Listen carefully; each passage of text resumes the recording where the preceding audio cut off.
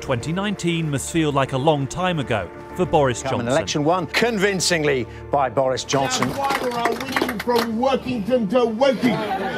Back then, he swept to power with a huge majority of 80 MPs. But fast forward a few years, and his position is looking far less comfortable. Regretfully, I have to say that his position is no longer tenable. Probably the third strike, and I say that with a heavy heart. I understand that people across the country are angry.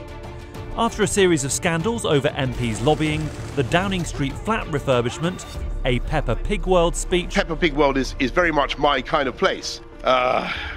Forgive me. And apparently a lot of lockdown parties... His defence that he didn't realise he was at a party. It is so ridiculous. He started to lose support from some of his MPs. So could he be replaced, and how would that work?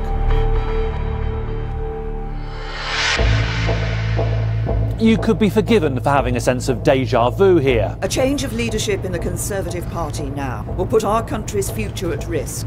It's not been too long since Tory MPs held a vote of no confidence in their leader. Are you confident you've got the rest of Cabinet's support?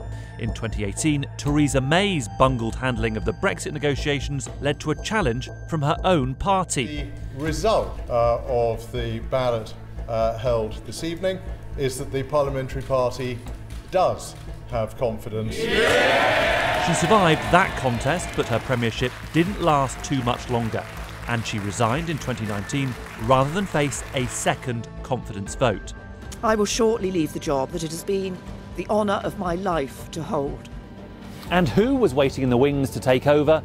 Amongst the field of contenders, one Boris Johnson. Boris Johnson is elected as the leader of the Conservative and Unionist Party. Tory MPs who are upset with the party's leadership can submit no confidence letters to the 1922 committee. Party rules state at least 15% of MPs must write a letter to make a leadership challenge possible. That means if 54 MPs send a letter to committee chair Sir Graham Brady, the vote of no confidence is triggered. A secret ballot would then take place. Boris Johnson would need 181 of his own Tory MPs, a simple majority, to back him. If he succeeded, he would stay as Prime Minister and be safe from another vote of no confidence for a year. If he failed, there would be a leadership contest and he would be barred from standing. An MP needs to be nominated by 2 colleagues to enter the leadership contest.